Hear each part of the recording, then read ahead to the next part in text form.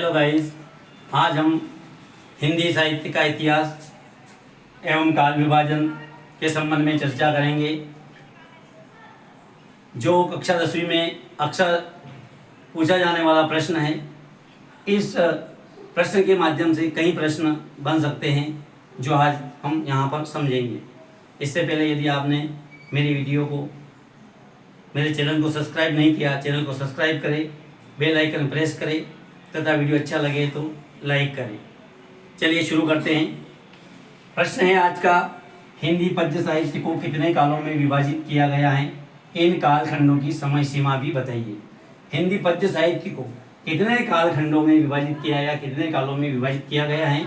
तो हिंदी पद्य साहित्य को कितने की जगह मात्र आपको 4 लिखना है, कितने की जगह 4 लिखना है, बाकी आपका यथावत रहेगा। हिंदी पद्य साहित्य को 4, ये कितने की जगह आपको 4 लिखना है, कालों में विभाजित किया गया, बाकी आपका प्रश्न में से ही लिखा हुआ है।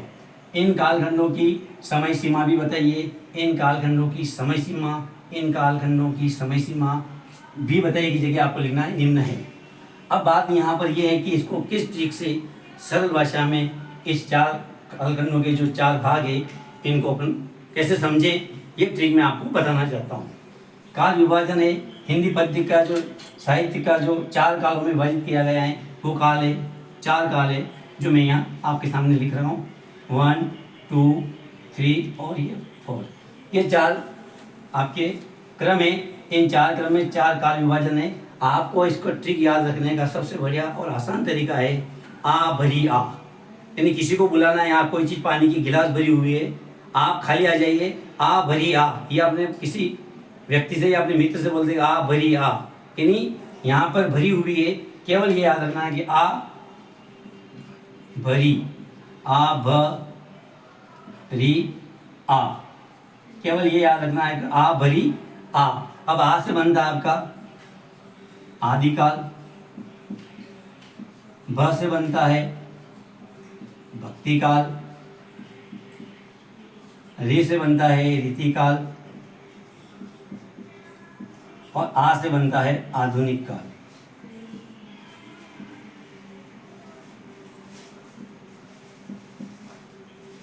ये यहाँ बताया गया कि हिंदी पद्य साहित्य को 4 कालों में विभाजित किया गया। ये 4 काल है जो हमें याद रखना है। आ भरी आ, इससे आपने ये चारों काल याद हो जाएगा, आपको याद करने की आवश्यकता नहीं पड़ी। अब इसकी समय सीमाओं को भी बड़ी आसानी से आपको ट्रिक के माध्यम से मैं समझाना चाहता हूँ। थोड़ा सा आप इस पर ध्यान दीजिएगा कि आदिकाल जो है वो, आदिकाल में मोबाइल जो थे वो 1993 मॉडल के हुआ करते थे।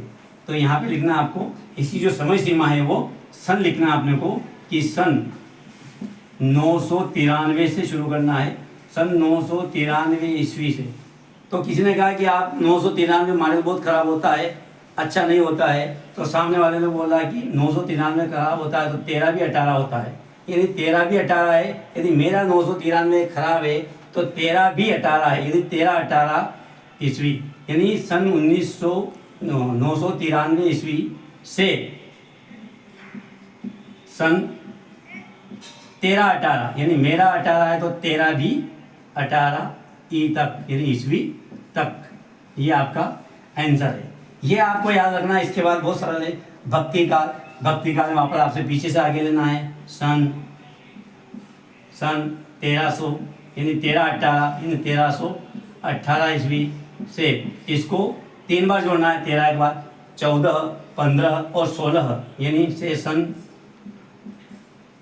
16। अब यहाँ पे एक बात ध्यान रखना आपको, 43 ईस्वी तक। अब मैं आपको चीज़ बता रहा हूँ, ये 18 2 बार ही आए, लेकिन 43 आपको 4 बार दिखेंगे, ये ध्यान रखना है। अब वापस जो आपने सन लिखा है, अब रीतिकाल आता है। रीतिकाल में आपको लिखना है सन, ये वाला यहाँ लाएंगे अपन 1643 ईस्वी से। अब 2 बार जोड़ना, पहले अपन ने 13 से 14 15 और 16 बोले थे, अब 16 से 2 बार गिनना है, 17 और 18 2 बार गिनने की आपको प्रैक्टिस करना है और दिमाग में रखना है, और वो 43 फिर जोड़ना है आपको। मैंने कहा 43 4 बार आएंगे, अभी 3 बार ही हुए हैं, एक बार वो 43 आएगा, ये आपको ट्रिक याद रखना है, ये तक। अब अपना लास्ट आता है आधुनिक काल। आधुनिक काल जो है उसमें अपन पढ़ेंगे सन वापस यहाँ से चलेंगे 1843 ईस्वी से निरंतर, ईस्वी से निरंतर। ये जो मैंने आपको ट्रिक बताई है, किसी ने कहा कि इसकी समय सीमा के 993, आधुनिक काल जो था वो बहुत पुरानी बात है। तो आधुनिक काल जो बहुत समय पहले था, तो क्या सबसे पहले जो मोबाइल का मॉडल निकलता था वो बहुत घटिया हुआ करता था। तो यहाँ पे 993 भी सन आपको याद रखना है। तो 993 के बाद किसी ने बोला कि यदि मेरा मॉडल 993 खराब है तो 13 भी 18 है, यानी 1318 यानी 1318 आपको याद रखना है। ये सरल तरीका है आपको ट्रिक समझने का। उसके बाद 1318 से सन 1643 याद रखना, मतलब 3 बार जोड़ा मैंने 13 के बाद 14, 15, 16 को 43 आपको याद रखना है। 16 के बाद आपको अगली स्टेप में 2 बार ही गिनना है। अगर भूल जाओ तो लाइन गिन लीजिए 1 और 2 यानी 2 बार आपको गिनना है। तो 16 से 13 से 16 और 16 से आपको यहाँ 1643 से आपको 2 बार गिनना है। 17 और 18 तो ये आपका 1843 हो गए। और वापस 1843 ईस्वी से निरंतर, यानी 43 आपको देखो 1, 2, 3 और 4 बार है, लेकिन 18 लास्ट में 2 बार ही आए। ये भूल जाओ तो आपको ये भी याद रखना है। और पहली बार में आपको 3 कर 16 बनाना है, दूसरी बार में 2 गिनकर 18 बनाना है। इस प्रकार ये आपका बड़ी आसानी से आपको समय सीमा और काल विभाजन हो जाएगा। काल विभाजन का सरल तरीका है आ भरी आ, बस। अब अगला है प्रश्न बनेगा आपका रीतिकाल का समय कब से कब तक माना गया है। सीधा उत्तर है, ये रीतिकाल है, इसका समय आपसे उत्तर में लिखना है। रीतिकाल का समय सन 1643 ईस्वी से सन 1843 ईस्वी तक माना गया है। ये हो जाएगा। आपसे पूछ ले कोई आदिकाल का समय कब से कब तक माना गया है, तो आदिकाल का समय सन 993 ईस्वी से सन 1318 तक माना गया है। इसी प्रकार भक्तिकाल का समय कब से कब तक माना गया है, और रीतिकाल का और आधुनिक काल का समय कब से कब माना गया है। ये सारे प्रश्नों के उत्तर अपन बड़ी आसानी से दे सकते हैं और इसमें आपको ट्रिक के माध्यम से हल करना है। धन्यवाद, थैंक यू।